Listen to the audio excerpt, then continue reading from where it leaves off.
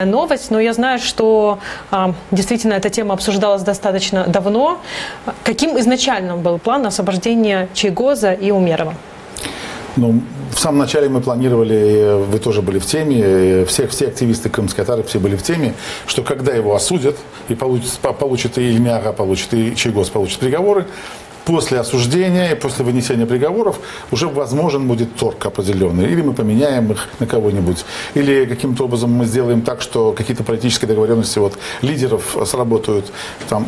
Получилось так, что и та сторона, что называется обмен, у нас уже была готова. Если вы помните, вот эти два ФСБшника, которые нечаянно заплыли на Каланчак, они тоже в Украине находятся сейчас в СИЗО, и мы тоже готовились их обменять.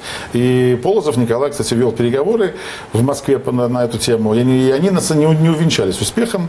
А вот переговоры Эрдогана с московским царем, они почему-то увенчались успехом. Так получилось, что где-то порядка две недели назад, где-то даже чуть больше, к Ахтему Чайгозу в тюрьму приехали люди, это такие уровня полковников ФСБ. И просили о том, чтобы он... Ну да, сказал, что прошение о помиловании. Нет, да? Сначала была история такая, что они ему сказали, что мы хотим с вами поговорить. Там же, если вы представляете СИЗО, там к вам подходит продольный и говорит, там вот с тобой хотят переговорить, там то-то-то.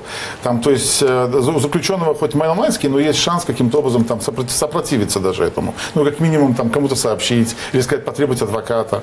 И Чайгоз даже сам чуть опешил, он сказал, что я не буду разговаривать, кто это там приехал ко мне со мной поговорить без адвоката. Когда ему сказали, что это от Эрдогана. Ему сказали слова от Эрдогана. Вот тогда он потом спустился.